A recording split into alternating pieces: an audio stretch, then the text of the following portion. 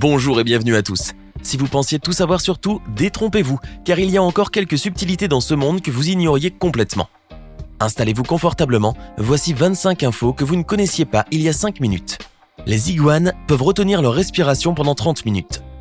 Méfiez-vous de ce petit champion d'apnée, car en plus de son incroyable pouvoir de camouflage, l'animal serait capable de retenir sa respiration pendant une demi-heure. Ceci en stoppant l'écoulement du sang qui va du cœur aux poumons, ainsi le sang oxygéné est stocké. C'est à en avoir le souffle coupé. Aujourd'hui, les lunettes de soleil sont un objet indispensable pour le confort visuel. Pourtant, elles sont apparues il y a très longtemps, au temps des Inuits. Ces ancêtres de l'Arctique avaient confectionné les premières lunettes avec du bois, des os et du cuir afin de se protéger du soleil, de la neige et des conditions ardues du pôle Nord. Il faut croire qu'ils avaient déjà du style, nos papis. Si le tigre a un pelage orange, ce n'est pas pour rien. Cette couleur offre à l'animal le camouflage idéal puisque ses principales proies, qui sont les cerfs, perçoivent la couleur orange en vert, donc parfait pour se dissimuler derrière les feuillages. La fourmi peut soulever 50 fois son poids. Eh oui, ne sous-estimez pas ce petit être inoffensif, car à lui seul il est capable de soulever plus de 50 fois sa taille. Cette incroyable capacité s'explique par l'architecture très bien faite de son thorax, ainsi que par la solidité de son exosquelette. Christian Peters, le directeur de la recherche du CNRS à l'Institut d'écologie et de sciences de l'environnement de Paris, affirme que toute la puissance de la fourmi repose sur son cou. C'est grâce à la puissance des muscles de son cou que l'ouvrière soulève d'aussi lourdes charges. Stop aux idées reçues. Comme chez les femmes, certaines lionnes peuvent également jouir d'une belle crinière comparable à celle des lions. Bon, il est vrai que c'est un phénomène assez rare découvert au Botswana dans le delta de l'Okavango. En effet, seuls quelques cas de lionnes arborant de belles crinières ont été observés. Les études scientifiques qui se sont penchées sur ces cas ne permettent pas encore de donner d'explication tangible à ce phénomène. Toujours est-il que ce sont de vraies lionnes. Comme quoi, même chez les animaux, les femelles revendiquent leur droit d'équité. En 2013, une photographe a eu l'étrange idée de passer 100 larmes humaines provenant d'origines différentes sous le microscope pour en observer les formes. Des larmes de joie, de tristesse, des larmes de réflexe et des larmes lubrificatrices.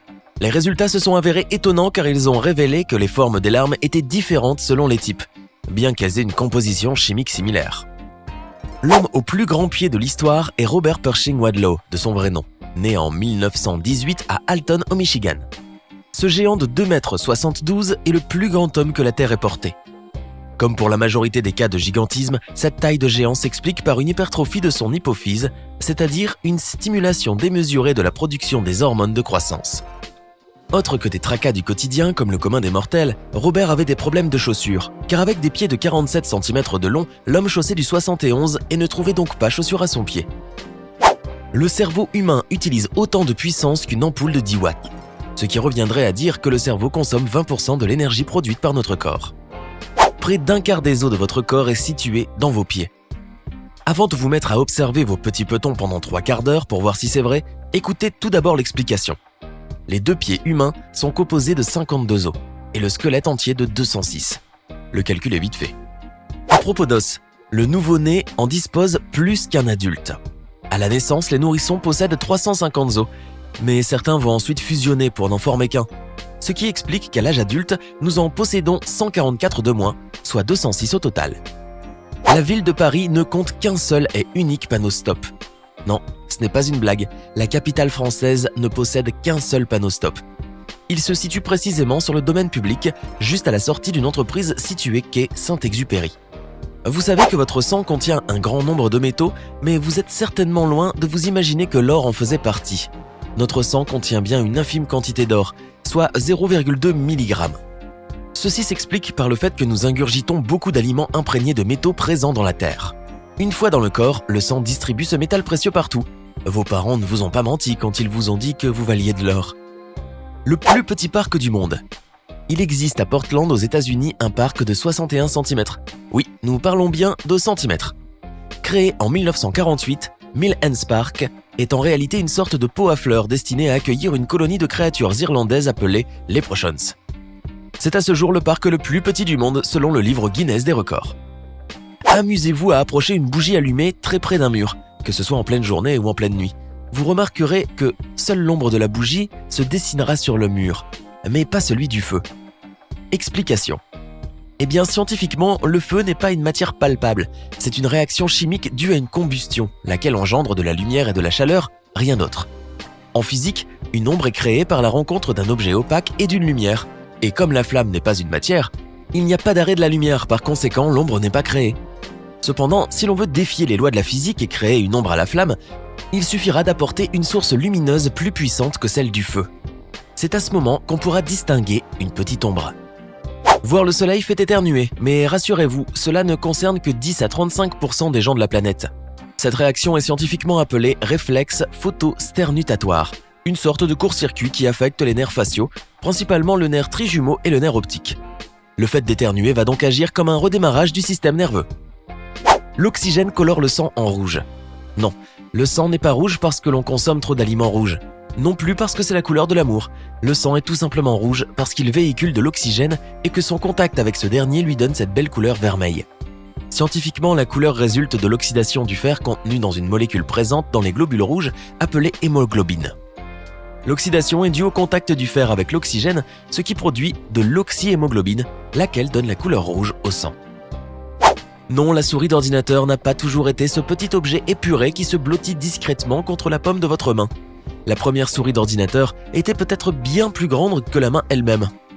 Blague à part, les premières souris étaient couvertes d'un boîtier en bois. Laissez-nous vous dire qu'elles ressemblaient à tout sauf à une souris. Les gagnants placés à la seconde place du podium n'ont plus à s'en faire puisque la seule chose qui différencie la médaille d'argent et la médaille d'or, c'est la dorure qui recouvre celle-ci. En termes de chiffres, certaines médailles d'or sont composées à 98% d'argent, comme c'est le cas des médailles d'or des Jeux Olympiques de Rio en 2016. En général, la teneur minimale d'une médaille d'or doit être de 92,5% d'argent, c'est-à-dire que la médaille ne doit pas contenir plus de 6 grammes d'or pur. Pas de quoi en faire des jaloux.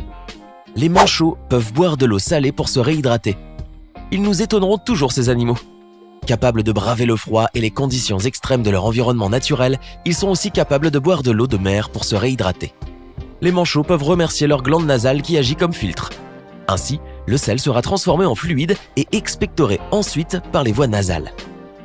Il existe en Californie, à Livermore, une ampoule allumée depuis 118 ans.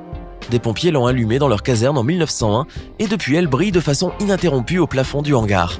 Bon, pas de quoi éclairer un stade car sa lumière est relativement faible, mais toujours est-il que ce phénomène est extraordinaire.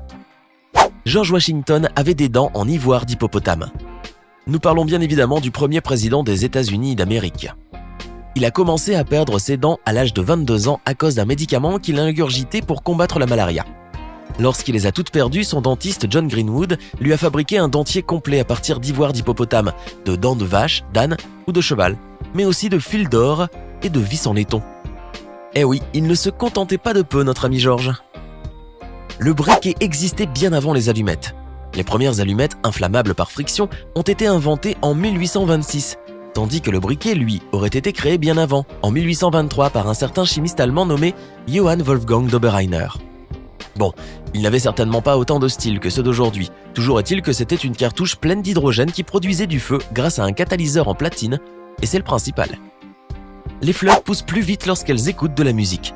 Alors que certains préfèrent parler à leurs plantes pour bénéficier de leur pouvoir relaxant, d'autres leur font écouter du Beethoven. Charmant. En 2000, une étude menée à l'université de Gand en Belgique sur des plantes a révélé l'effet de certains sons sur la croissance de celles-ci. Mieux que ça, plusieurs agriculteurs et professionnels de l'agroalimentaire en Europe ont choisi de soigner leurs plantes et cultures avec de la musique. En tout cas, c'est toujours mieux que les pesticides. Contrairement à ce que l'on croit, les pyramides n'auraient pas été construites par des esclaves, mais par des ouvriers ordinaires venus des 4 coins du monde. En 2010, des archéologues ont découvert des tombes d'ouvriers se trouvant près de la pyramide Khéops en Égypte. M. Hawass, le chef des antiquités égyptiennes, affirme que s'il s'agissait de corps d'esclaves, ils n'auraient pas pu construire leurs tombes dans cette zone. Tout un mythe qui s'effondre. Avec une superficie de 10 582 km², le Salar d'Uyuni, plus grand désert de sel du monde, contient près de 10 milliards de tonnes de sel et possède presque la même superficie que la Jamaïque, qui fait 10 992 km². Le Salar se situe sur les hauts plateaux du sud-ouest de la Bolivie, à 3658 mètres d'altitude. De décembre à mars, le désert s'inonde souvent et ressemble à un magnifique miroir gigantesque. Le Salar d'Uyuni abrite un hôtel entièrement constitué de sel. Vous est-il arrivé d'ouvrir les yeux sous l'eau sans lunettes? C'est vrai que tout paraît flou?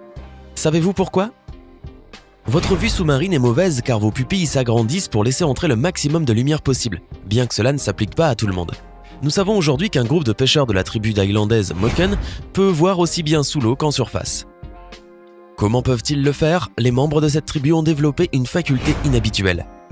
Contrairement au reste de la population, leurs pupilles ne s'agrandissent pas lorsqu'ils ouvrent les yeux sous l'eau.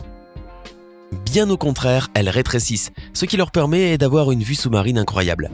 Vous serez impressionné de savoir que, si vous le désirez, vous pouvez vous aussi développer cette capacité. Il vous suffit de passer beaucoup de temps en restant les yeux ouverts sous l'eau. Avec le temps, vos yeux s'habitueront et s'adapteront pour améliorer votre vue.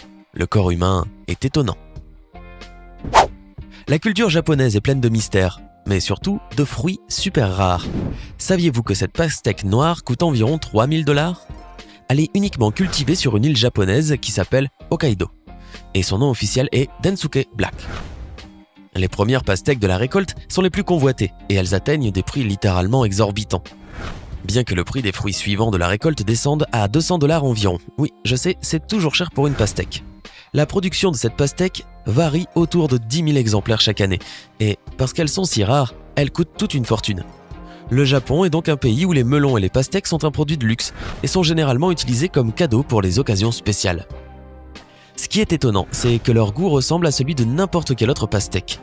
Vous pouvez en tout cas vous procurer des graines sur internet pour faire pousser vos propres pastèques Densuke Black. Oui, on ne vous promet pas qu'elles vous donneront des fruits, mais vous pouvez toujours essayer. Saviez-vous qu'il existe au Japon un musée où il n'y a absolument aucune œuvre d'art à l'intérieur? Ce musée ne compte pas d'œuvres d'art physiques, mais plutôt d'étonnantes installations digitales faites de son et de lumière. En voici quelques salles.